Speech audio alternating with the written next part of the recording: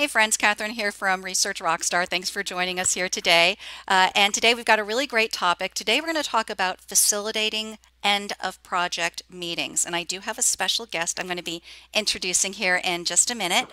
And just to kind of set the tone a little bit, I just want to ask, have you ever had to run an end of project meeting?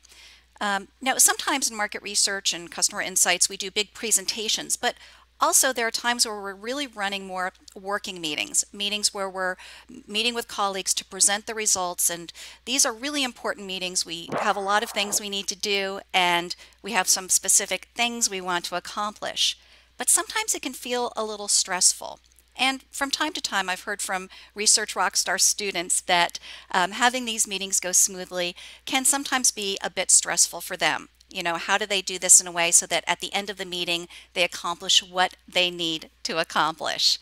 So today we'll be talking about end of project meetings and especially trying to avoid this situation.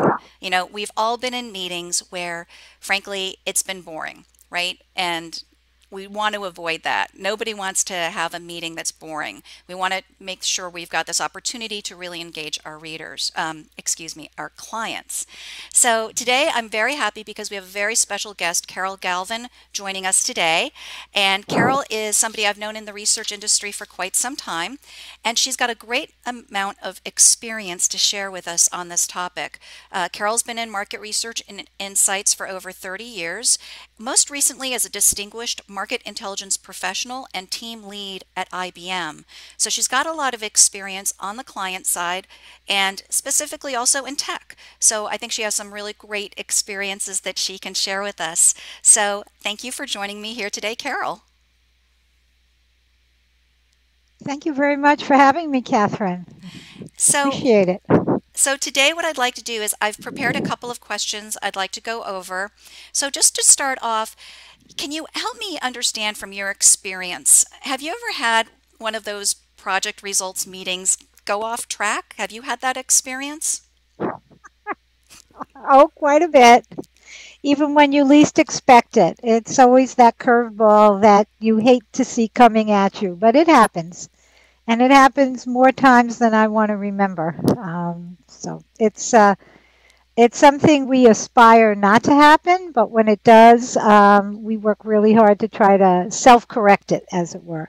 So before we go into those types of meetings that go off kilter, I wanted to sort of talk about what is a meeting nirvana? What do we aspire to?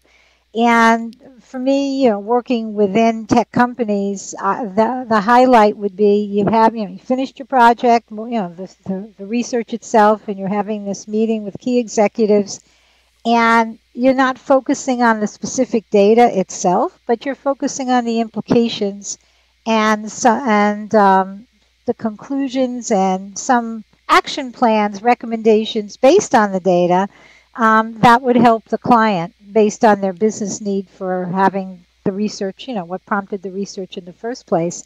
And the meeting itself is more about what are we going to do next? What did this tell us and what are we going to do next? And you walk out of the room after you've met with these executives and you're invited to come back to talk more about how to get an action plan together and you become part of their team as a research professional. Again, this happens more when you're working within a corporation.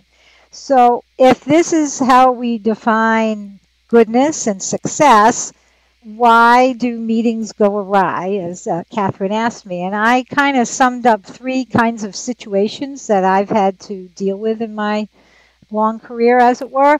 And one of the first ones is that there's one of the members or two of the members of the client team that they just don't want to listen or hear what you have to say, that the findings in the research just don't map to his or her preconceived notions of what they wanted to hear. And they spend their time sort of picking at what you have to say, questioning the methodology, questioning the data, questioning the sampling pattern, because the message isn't consistent with their expectations or what they want to accomplish. And it happens a lot. Yeah, it only takes one person in that room to derail a conversation and get you off kilter. Um, and it's like I said, I can give you 10 or 12 different projects where that has happened. And sometimes when we go into meetings, we're waiting for that to happen. And we kind of try to shut it down and change the topic and get into the implications and try to get off the methodology. But that is once that starts, it's very difficult. And actually, I had one client who I worked with on and off for absolute years. And when he retired, he sent me a note. He apologized for all the times he gave me a hard time. And he said, I knew you were right. I knew what you had to say was the market reality. But, I didn't want to hear it because based on certain conditions, within the company, he really couldn't make effective changes. And yet at the same time, he always wanted to hear the research, although he always picked at it. And I thought it was kind of a Pyrrhic victory, actually, when he apologized after all those years. But that happens, like I said, it happens a fair amount. Another situation, we had a fabulous presentation, an engaged client team, and we basically were telling them not to brand a product a certain way. Well, they didn't want to hear that. They knew we were right, but there were extenuating circumstances, and they branded it the way we said they shouldn't brand it. And that was discouraging. You didn't come away from that meeting feeling that it was a good meeting because they were listening, but they weren't listening. And the deck was concise. We had very precise recommendations, and we talked about implications. Actually, a few years after that meeting, they rebranded it the way we recommended. So again, another Pyrrhic victory. But that's one of the situations, and I think it's very common. Another situation which we've encountered is that the discussion document that synthesizes the research, the story flow wasn't clear. It wasn't as concise as it could have been. Um, Unfamiliar and complicated graphics, research graphics were included to make a point. And more time was spent on explaining the data and findings rather than the implications and action items. And people get bored like that picture. I mean, the worst thing you can do is go into this kind of meeting and just have slide after slide of deep data. It turns off executives. They typically, they want the answer. And to show them how you got to the answer, put that in the back, in the backup. And that derails a discussion very quickly. A few years ago, we did this massive project, and the metaphor that we used just was not familiar for a tech crowd. It was too consumer oriented for a tech crowd. And we were shocked, we were absolutely shocked because people were picking at the metaphor we used, and they didn't listen to what we had to say. So we had a very bad meeting. We huddled and we changed our story and our metaphor and went back out again, and it was fine. And that was a curveball. We just didn't expect that. But once we revised our storyline and got rid of that metaphor that didn't work, it seemed to work much better. Or then there's another situation where we would want to explain to an executive how we got to our conclusions by showing the data. But this executive doesn't want to see the data. This executive just wanted to see the answer. He trusted that we had the data, that we were good researchers, that we knew what we were doing. Just tell me what I should do and tell it to me in 20 minutes. So at the end of the day, you really have to know your audience. And I was going to get into that in a bit. Well, let me just interrupt you with one question. So I think it was really interesting that you mentioned that this one executive basically was giving you a specific 20-minute window. I think this is something a lot of researchers struggle with is, how short does my story need to be compelling in one of these meetings? Again, not necessarily doing a formal presentation, but these more like working meetings, how much time do I really have to grab their attention and convey the key points, because we all know that people are only going to retain so much information. But Right. I love that Right. this person told you specifically, tell it to me in 20 minutes. Right. And I would say from my own experience, you really have less than 20 minutes. I mean, they're off to their next meeting. You have 10 minutes. I mean, you have to get their attention within the first 10 minutes or you're finished. I mean, that's just, especially when you're dealing with the client who is the one who makes the decisions, and it's usually a big executive. When you're dealing with second, third level managers in a group who you've worked with on the project, they really want the detail. But when you really want to have your impact and you're dealing with a VP or a senior VP, 10 minutes. I would make it, quick. This Excellent. is what we found out, and this is what you need to do. And then one of the third situations is recommendations are just too high level. I can't tell you how many times, and it's really like an ordeal by fire. It took many years to understand how to hone your recommendations very specifically. And one of the ones that I use as an example, improve perception ratings on brand attributes. Well, that's fine. It sounds good. But what are you supposed to do? I'm leaving a meeting, and what is the executive supposed to say? Well, how do I improve perception on attribute X? And what is it going to give me in terms of revenue? And I've seen too many of these motherhood and apple pie type of recommendations, and the eyes glaze over. Oh, yeah, you're telling me stuff. I don't know what to do with it. And effective research really affects business outcomes, and that's goodness. And you can't affect business outcomes if you don't have very specific recommendations or action steps you can take as a result of the data. Then why do the research in the first place? And I think that when you're aligned, then there's more of an investment in research because executives can see exactly how the research enabled revenue growth. Excellent. And this is something I think a lot of people struggle with, because they may feel that that they may not have perfect enough information to take the outcome of a research project, craft it into a recommendation, and then say what the income or potential, ROI of that change would be, or what the potential revenue generation or cost savings would be. And, Right. we talk about this actually in the classes we teach here on research, on writing research reports. So what I often tell people, and I'd love your opinion, is it's okay to provide an estimate. It's okay to say, if you make this change, then you might be, then there's potential to grab another 20% in this geography and at an Right. average purchase price of X that could potentially lead to up to Y dollars in sales. So it's more of a scenario. It's not Right. a guaranteed financial forecast, but it just helps to connect that if you do this and then you can achieve this goal, Right. here's the potential.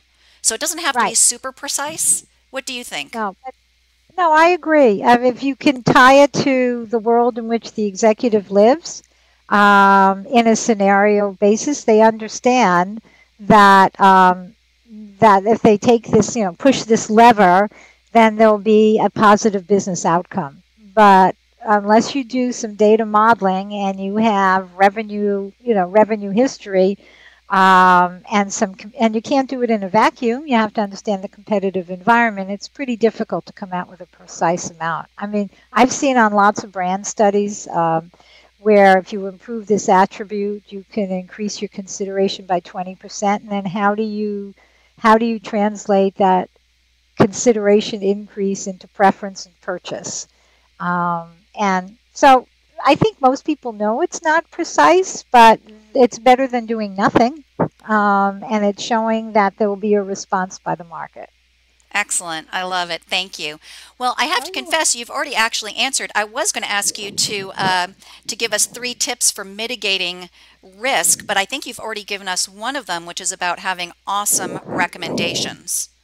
Yeah. Oh, well, thank you. There were a few, I was going to give a few examples like, make sure that you use action verbs and when you're writing recommendations. And if you're talking about, achieve improvement or betterment, it's more than just saying that. What steps do your clients have to take in order to accomplish this improvement? And you have to work with those clients to understand their business so that you understand the business as well as they do. You're collaborating with them. You feel like you're part of the team. And you do that translation before you even meet with the executive by working with the team. And they understand what they can do pragmatically within their business unit. And it's also about span of control. You shouldn't make a recommendation to a marketing person that they need to, engage sales, because their span of control is marketing. They need to maybe interact with sales, let's say, but if the responsibility for the recommendation lies in another organization rather than the one who commissioned the research, then it's pretty hard to institutionalize that recommendation. So that's just a few tips that I had, again, based on experience that I've had in this regard. It's not easy. It takes a fair amount of time to really work with your client team, to draw insights out of the data. There's one thing to have findings, and then what are the conclusions you can draw from those findings?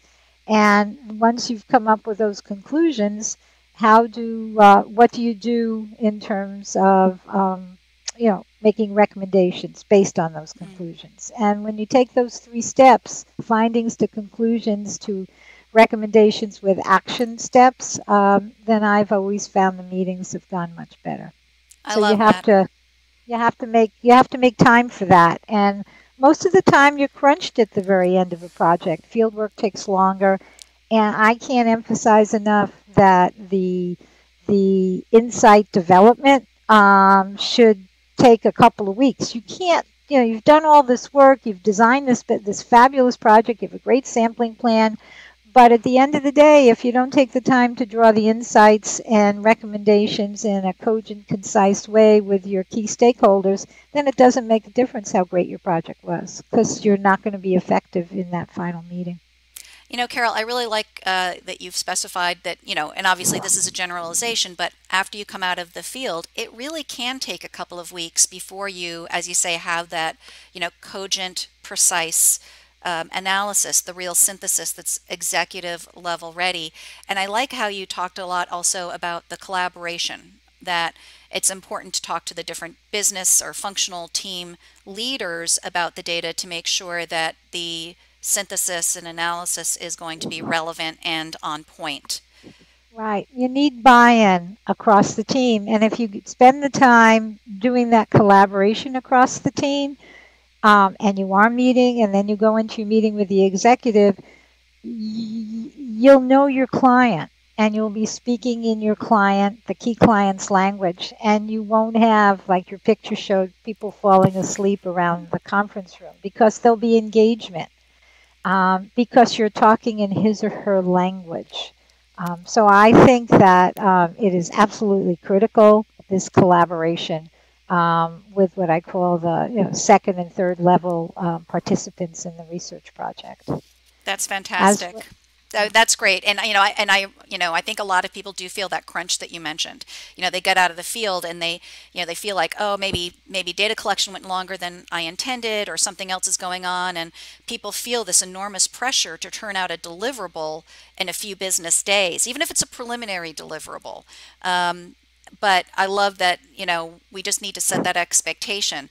I also sometimes tell clients that, or tell students that it's okay to tell your client that it is an iterative process, because I think that a lot of internal clients these days do want the collaboration. So it's just, we need to sort of set that expectation. We're going to come out with the initial data on date X. We would like to have some iterations with you so that we can collaborate, get your feedback, talk about the implications, but we have to set that expectation so that they save time in their calendar too. Yes, I absolutely agree. The best meetings were the ones that we placated them by giving them some data, so they know that we're flexible and they needed some quick answers. And then we'd come back later after we've done our homework with their team and put together a really concise story. And I'm talking about we storyboard. Just rolling out the tabulations from each of the questions in the questionnaire. It's not that's okay for a report that for backup, but we tell a story, and the story is based on the business problem. The story is based on the hypotheses we set up at the beginning of the project. And that's really important if you really want to grab your client and have a and that's my best successes have been when the time was spent upfront doing this consulting with the key stakeholder, with the team who is engaged in the research, understanding the business context, what decisions they have to make, what challenges they have, what their span of control is, what do they envision as success, and what does the data have to say as to what decisions would they go A, would they go B, would they go C, and they become highly engaged in the research, and they're committed, absolutely committed, that once the research comes in and we tell the right story, they'll do something with it. I once had a general manager, and this is actually years ago when I was at Lotus Development Corporation, right around the time IBM bought them. And this general manager said to me, you know, I'll spend this $1 million on this research. I think it's the right thing, but I want the stakeholders to sign an implicit contract that when it's done, that they'll do something with it. And you know, it was one I put that project in one of my success columns. It was a $1 million project, and it had great impact on the business. But it came from NIE that anyone who was going to get engaged with this research had to be committed. And that's the other thing in terms of knowing your client. A lot of clients ask for research, but they're not really committed to it. And that's when your quote meetings can go awry because okay, it's done, thank you, see you later. Excellent. What a great example. And it sounds like you had a really good executive endorser there too, you know, an executive who is letting the other executives know that this is important and you have to sign if you want us to make this big Yes. investment. So that is fantastic. Carol, thank you so much for sharing your experiences with us today. I know we could go on about this for hours and hours, but you've shared so much information with Yes. us here today. So thank you so much. And You're very welcome. for folks that are um, uh, on LinkedIn. I think you could probably find Carol on LinkedIn. And I also want to just point out for those of you who are interested in research and learning more, we've got a lot of great courses coming up. One of our courses coming up is Questionnaire Design 201, which is a course where we really get into scales. And I happen to know that Carol cares a lot about scales and questionnaire design too. And otherwise, if anybody has any questions, please contact me. You can add comments or questions to the comments section here, or you can follow me on Twitter at Research Rocks and send me questions there. Thanks, everybody, and have a great day.